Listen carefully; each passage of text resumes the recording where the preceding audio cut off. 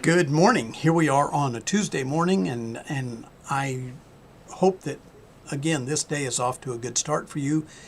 We are walking with Jesus through the book of Mark. Did you ever wonder why Jesus performed a miracle and then sometimes turned right around and told the receiver of that miracle to not tell anybody about it? It seems to us like Jesus would have wanted everybody to know about what was going on. We would want, if we were doing something notable, we'd want everybody to know about it.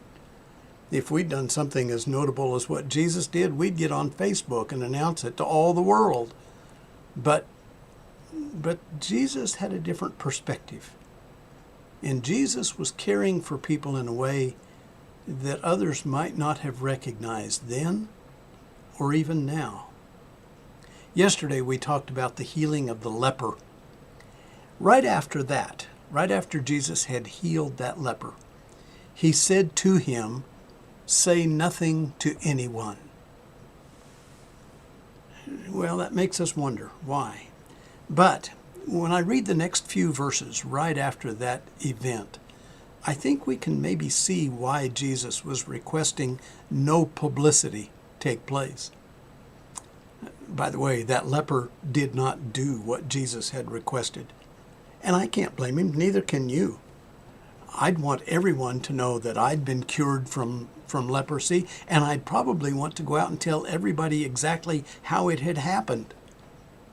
But when that man, as the scripture said, began freely to spread the news, the crowds became so great of those people coming to Jesus that he could no longer publicly enter into a city.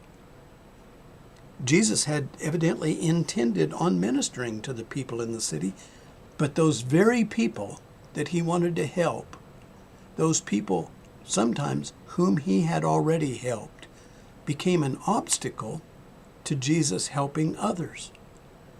This could not have been foreseen by those people, and I think very often it is not for us as well. I think about those people at that time, those people in the city who were unable to walk for whatever reason. Once Jesus was not able to come into the city, they were not able to go out to him anymore. What about the caretakers for those people? They maybe had already started devising ways that they were going to transport their loved one across the city to find Jesus, but now they're presented with a whole new set of problems. Imagine that. People who wanted to serve Jesus, to come to Jesus, people who had been touched by Jesus, were becoming a problem for others to come to Jesus. Does that happen today?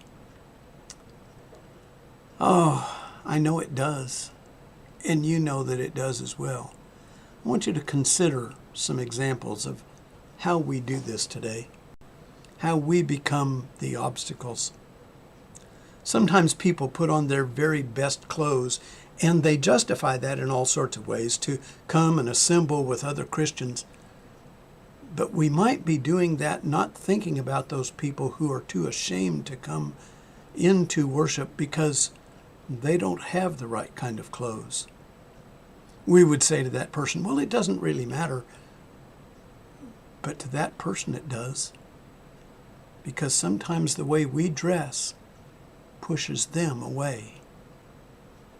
Sometimes we're so focused on meeting and talking with our brethren in this right before or after the assembly, and we enjoy that fellowship, and it's a wonderful experience, and we want that to be, but we're so focused on each other sometimes that we fail to see a visitor standing over by themselves, feeling like no one cares about them. Sometimes churches plan activities that cost money, and therefore it leaves out the people who don't have the money to do that. Sometimes we talk in ways that to the world sounds very arrogant or exclusive, and we leave outsiders feeling like they should never have come among us. Sometimes in worship, we pass around the elements of the Lord's Supper or the collection plate without enough of an explanation for visitors to know what to do or to be able to pass that plate without feeling guilty or awkward, and we make that a very uncomfortable moment for them. Imagine the very people that came seeking Jesus are prevented from a real spiritual encounter because of others who are following Jesus getting in the way. Brethren, we can do better.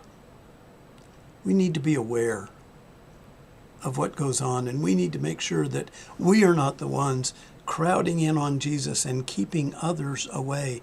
There is a way for us to share that fellowship, and it is through the way that we love one another. We can do better.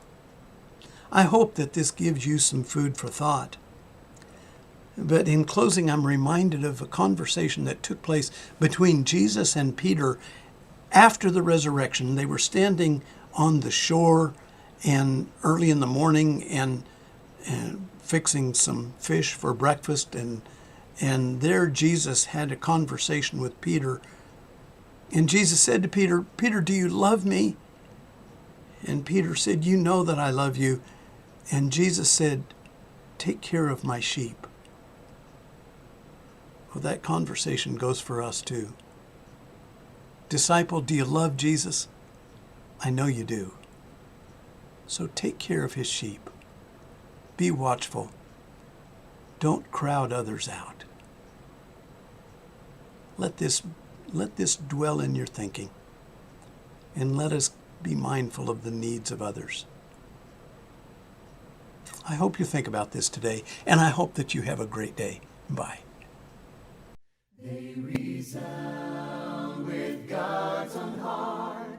Oh, let the ancient words impart. Words of life, words of hope.